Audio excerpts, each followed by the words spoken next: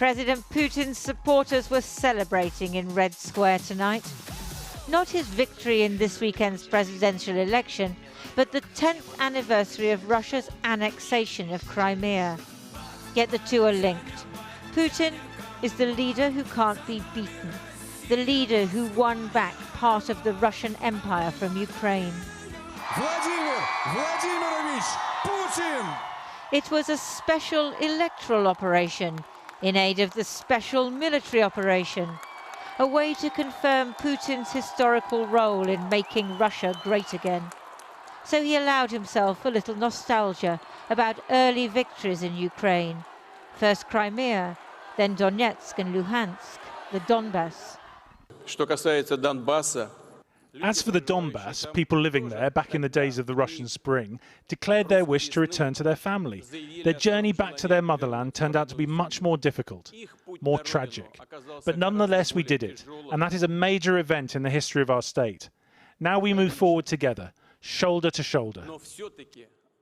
Earlier in the day, he met the other presidential candidates, whose job was to lose, as they had understood from the beginning. No alarms or surprises there. Praise for President Putin's electoral triumph came from friends near and far. I must say that the administration of the Russian president organized the process brilliantly.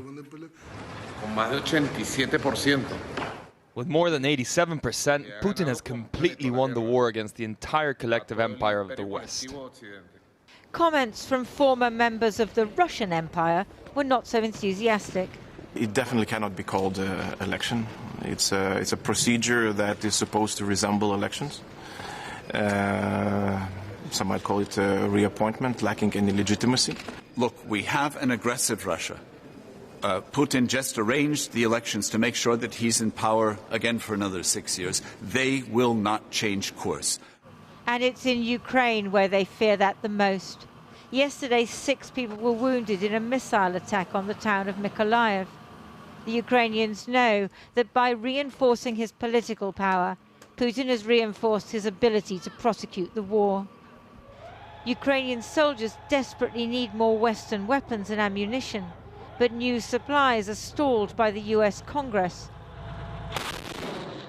And if Donald Trump wins November's elections, American support is likely to stop completely.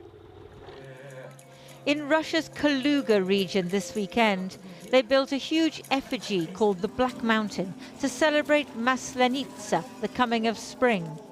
The idea is that you let go of old grudges and arguments. President Putin, who has now governed Russia for nearly as long as Joseph Stalin, is never going to do that.